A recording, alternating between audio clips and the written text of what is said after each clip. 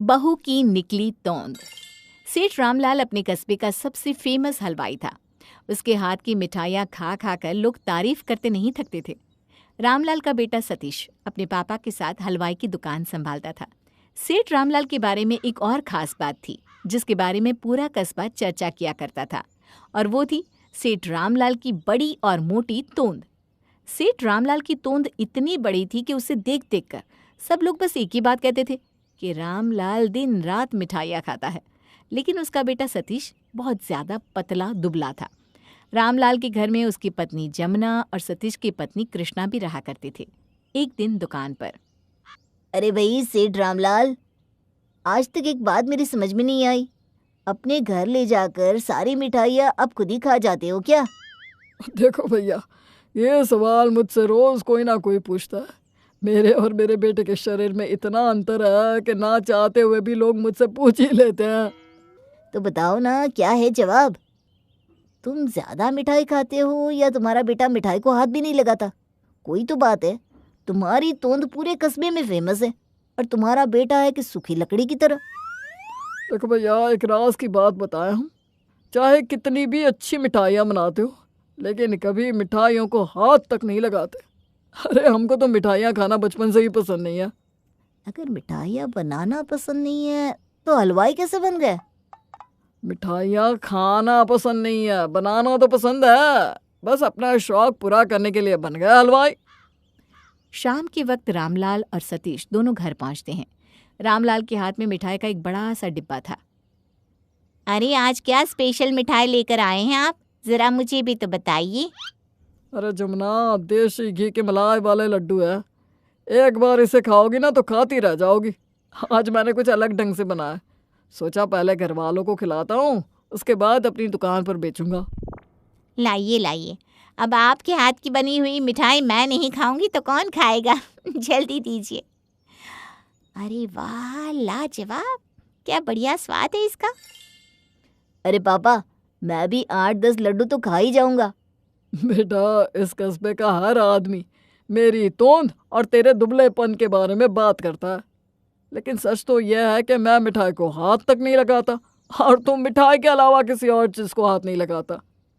फिर पता नहीं ये मेरी तोंद इतनी मोटी क्यों होती जा रही है। दिन पर दिन इसका आकार बढ़ता ही जा रहा है। अरे बहू, तुम भी मिठाई खा लो। तुम्हारे ससुर जितने बड़े हलवाई हैं, थोड़ी सी मिठाई तो तुम्हें भी खानी चाहिए। मम्मी जी, आप तो जानती है ना, पापा जी की तरह मुझे भी मिठाई बिल्कुल पसंद नहीं। मिठाई खाना तो दूर, मैं मिठाई की तरफ देख भी नहीं सकती। और वैसे भी मुझे लगता है मिठाई खाने से मेरा वज़न बढ़ जाएगा, इसलिए मैं तो मिठाई बिल्कुल नहीं खाऊंगी। आजा सतीश बेटा, इस घर में अगर कोई मिठाई खाने का शौकीन है तो वो तुम और मैं हूँ। लेकिन हम दोनों की सेहत देखकर कोई कह नहीं सकता कि हम इतने बड़े मिठाईबाज हैं। बाबू, तो अच्छी बात है कि पापा की तरह कृष्णा की तोंद नहीं निकली।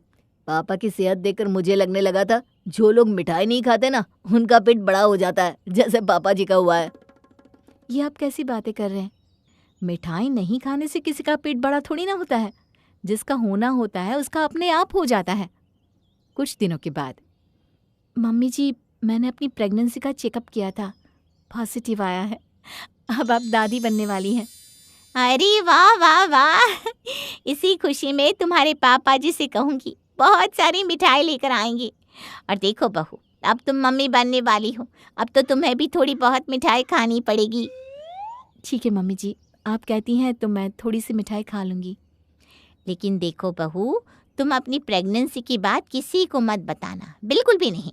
जब तक बच्चा पैदा ना हो जाए, ये बात इस घर से बाहर नहीं जानी चाहिए। लेकिन क्यों मम्मी जी, बताने में क्या परेशानी है? देखो बहू, जब मेरी शादी हुई थी और मैं माँ बनने वाली थी ना, तो मैंने सारे मोहल्ले में ढिंढोरा पीट दिया था। और उसका नतीजा ये हुआ कि एक के बाद एक मेरे 3 बच्चे पेट में ही मर गए। फिर मेरी सास ने मुझे समझाया कि जब तक बच्चा पैदा ना हो जाए, किसी को कानों कान खबर मत लगने देना। जब सतीश होने वाला था तो मैंने पूरे 9 महीने किसी को नहीं बताया। कोई पूछता तो कह देती मोटापा बढ़ गया है, तभी तो सतीश पैदा हुआ। मैं नहीं चाहती बेटा कि तुम्हारे साथ भी ऐसा कुछ हो। ठीक है मम्मी जी, अगर ऐसी बात है तो मैं किसी से कुछ नहीं कहूँगी, लेकिन अगर कोई पूछेगा तो? अरे तो तुम भी कह देना कि बस ऐसे ही वजन बढ़ गया है, पता नहीं क्या हो गया, मिठाई ज्यादा खा ली या ऐसा कुछ भी। और इस तरह से जमुना अपनी बहू कृष्णा को उसकी प्रेगनेंसी की खबर किसी को भी बताने से मना कर देती है। प्रेग्नेंट होने की वजह से धीरे धीरे कृष्णा का वजन बढ़ने लगता है और 8वां महीना आते आते उसका पेट अच्छा खासा बाहर निकल आता है। एक दिन जब कृष्णा अपने घर के बाहर खड़ी थी तो मोहल्ले की औरतें उसे देखकर बातें करने लगी। अरे ये जमुना की बहू तो इतनी पतली दुबली थी, देखो तो कैसी गोल मटोल हो गई है। लगता है अपने ससुर जी की दुकान पर बैठकर दिन रात मिठाइयाँ खाती है। अरे लेकिन ये भी तो हो सकता है ना कि ये पेट से हो। अरे नहीं नहीं, ऐसी कोई बात नहीं है। अरे मैंने जमुना से कितनी बार पूछा, तुम्हारे घर कोई खुशखबरी है क्या, बहू पेट से है क्या, लेकिन उसने तो साफ साफ मना कर दिया। हाँ, वैसे बात तो तुम्हारी सही है। मैंने भी एक दिन सतीश से पूछा था, कृष्णा माँ बनने वाली है क्या? उसका पेट देखकर तो ऐसा ही लगता है, तो उसने भी मुझे मना कर दिया। अरे माँ नहीं बनने वाली, इसका भी अपने ससुर की तरह पेट निकल आया है, तोंद निकल आई है तोंद। अगर माँ बनने वाली होती तो इतनी खुशी की बात हमसे क्यों छुपाती। हाँ बहन, वैसे बात तो तुम्हारी सही है। देखते ही देखते कृष्णा के तोंद निकल आने वाली बात पूरे कस्बे में फैल गई। जिसे देखो एक ही बात करता, रामलाल की बहू की भी रामलाल की तरह तोंद निकल आई है। एक दिन कृष्णा कुछ काम से अपने ससुर जी की दुकान पर गई। वहां पर उसे अपने ही मोहल्ले की औरतें मिठाई खरीदते हुए मिल गई। अरे क्या बात है कृष्णा, तू तो ठीक से चल भी नहीं पा रही है, इतनी मिठाई क्यों खाती है? मिठाई? अरे नहीं नहीं, मैं तो मिठाई को हाथ भी नहीं लगाती। तुम्हारे हलवाई ससुर जी भी यही कहते हैं कि वो मिठाई को हाथ नहीं लगाते। लगता है इनके घर वालों के साथ कुछ अनोखी ही बात है। जो मिठाई को हाथ नहीं लगाता उसकी तोंद निकल आती है, और जो भर भर के मिठाई खाता है वो पतला दुबला रहता है, जैसे कि सतीश और जमुना। कृष्णा, इतना मोटापा भी किस काम का, तुमसे तो ठीक से चला भी नहीं जा रहा। चलो हमारे साथ चलो, तुम्हें पूरा 5 किलोमीटर का वॉक करवा के लाएंगे, उससे तुम्हारी ये तोंद अपने आप अंदर चली जाएगी। नहीं नहीं, आप लोग जाइए, मैं सतीश के साथ कार से घर आ जाऊंगी। मैंने कहा ना, अब इसकी तोंद इतनी निकल आई है कि इससे चला भी नहीं जाता। और इस तरह से सब जगह लोग रामलाल और उसकी बहू कृष्णा की मोटी तोंद के बारे में बात करने लगे। कुछ दिनों के बाद कृष्णा को एक बेटा हुआ। जैसे ही लोगों को पता चला कि रामलाल की बहू को बच्चा हुआ है तो सबको पता चल गया कि बहू की तोंद नहीं निकली थी, बल्कि वो प्रेग्नेंट थी। अब लोगों ने इस बारे में बात करना बंद कर दिया।